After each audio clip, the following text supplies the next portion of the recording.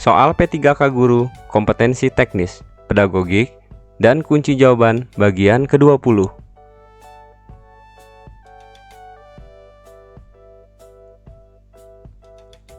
Pada suatu pembelajaran di daerah pusat produksi batik, guru menyajikan masalah berikut.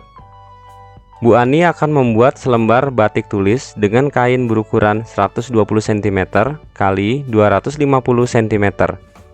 Biaya yang diperlukan untuk pembuatan batik tersebut adalah Rp125.000 per meter kuadrat. Jika ia mampu membuat batik sebanyak 5 lembar kain tiap minggu dan menjualnya ke penampung dengan laba Rp150.000 per lembar kain, berapa harga jual setiap lembar batik? Masalah di atas tepat untuk pembelajaran matematika dengan pendekatan A. Penemuan, B. Realistik, C.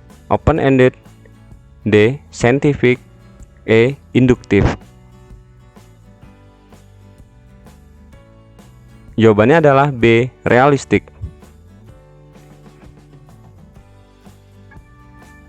Ibu Tiur mengajar di kelas. Ketika pelajaran berlangsung, seluruh siswa pasif. Suasana kelas memang tenang, anak-anak tidak gaduh. Tetapi, tidak ada siswa yang mau bertanya ataupun menyampaikan pendapat. Akhirnya, Ibu Tiur berinisiatif untuk menerapkan suatu model pembelajaran yang dapat mendorong siswa untuk bertanya atau berpendapat. Model tutor sebaya dipilih untuk mengatasi kondisi tersebut, sekaligus melakukan penelitian tindakan kelas PTK. Tujuan penelitian Ibu Tiur adalah A. Mengukur kemampuan mengajukan pertanyaan, B. Menghitung jumlah siswa yang berani mengajukan pertanyaan di setiap siklus PTK, C. Memberikan contoh kepada siswa untuk mengemukakan pendapat, D. Meningkatkan kemauan siswa dalam mengajukan pertanyaan, E. Menerapkan model pembelajaran tutor sebaya. Jawabannya adalah D. Meningkatkan kemauan siswa dalam mengajukan pertanyaan.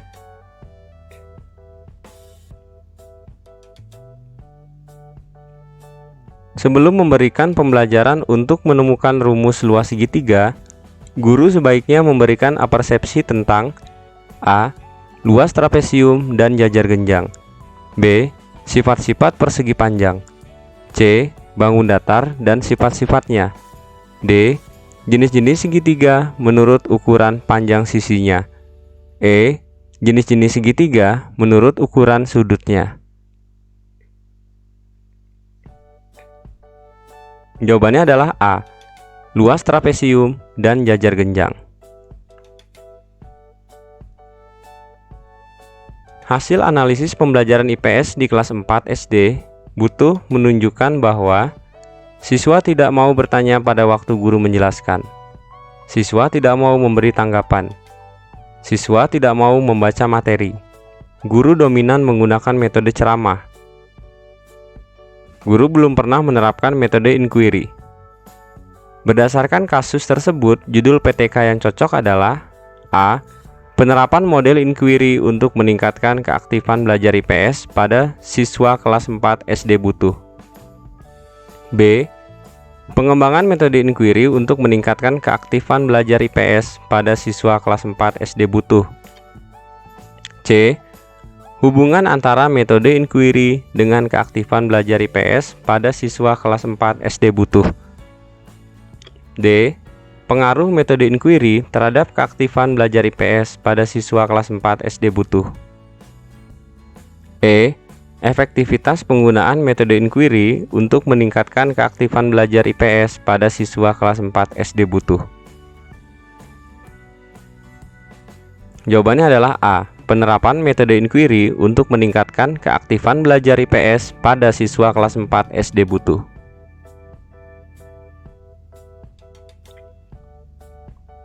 Perhatikan tabel berikut. Tabel 1, ulangan harian mata pelajaran Bahasa Indonesia. Pertanyaan yang tepat untuk tabel tersebut adalah A.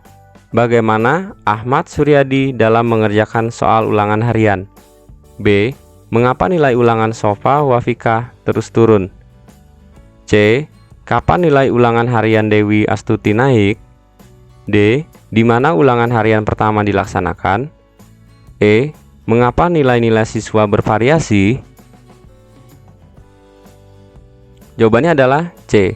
Kapan nilai ulangan harian Dewi Astuti naik?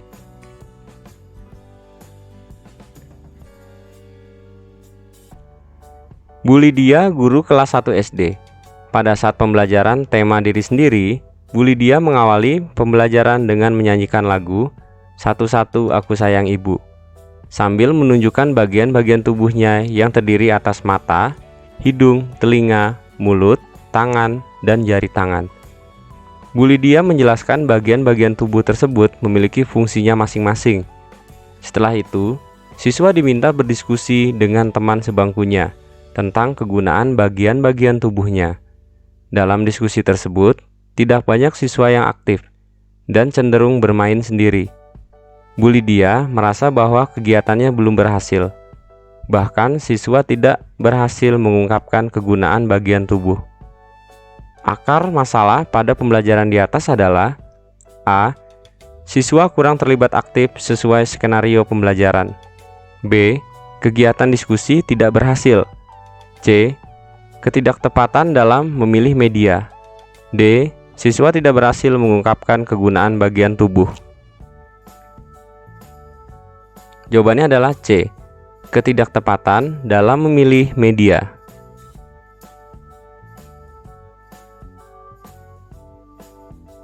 Salah satu model pembelajaran inovatif adalah discovery learning. Langkah awal model tersebut, siswa diberikan stimulasi atau pemberian rangsangan berpikir untuk pembelajaran hubungan antar makhluk hidup dalam suatu ekosistem, khususnya rantai makanan dan jaring-jaring makanan. Maka kegiatan stimulasi yang paling benar adalah A. Siswa membaca buku dan mengamati media gambar tentang suatu ekosistem. B. Siswa berdiskusi dengan teman sebangku untuk merumuskan hipotesis. C. Siswa menuliskan jawaban pertanyaan di bukunya. D. Siswa menjawab pertanyaan dari guru tentang macam-macam ekosistem. Jawabannya adalah A. Siswa membaca buku dan mengamati media gambar tentang suatu ekosistem.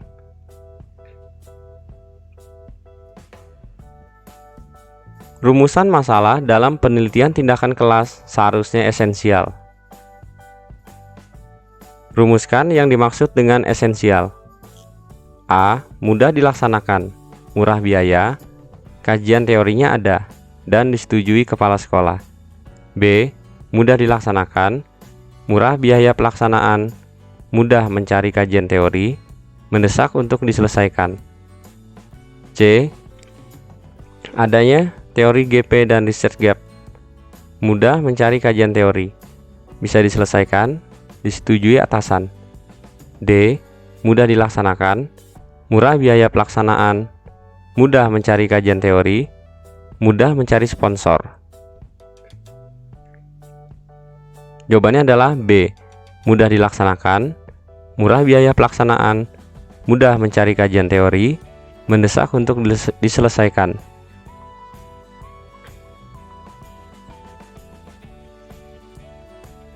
Bagaimana yang dimaksud prinsip-prinsip penilaian yang baik? A. Reliable, transparan, bertanggung jawab, dan tertulis rapi. B. Sahih, akuntabel, terstandarisasi, bisa diumumkan ke publik. C. Sahih, objektif, adil, terpadu, terbuka, menyeluruh, dan berkesinambungan. D. Sahih, terbuka, terpadu, menyeluruh, dan bersifat demokratis. Jawabannya adalah C. Sahih, objektif, adil, terpadu, terbuka, menyeluruh, dan berkesinambungan.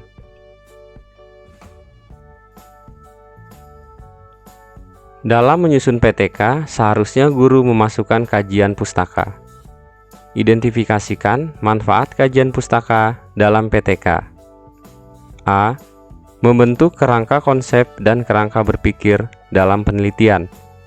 B. Sebagai acuan agar tidak terjadi plagiasi dalam penelitian. C. Mendapatkan data penelitian sebelumnya yang bisa dipertanggungjawabkan. D. Mengkonfirmasi hasil penelitian empiris dengan pemikiran teoritis. Jawabannya adalah A. Membentuk kerangka konsep dan kerangka berpikir dalam penelitian.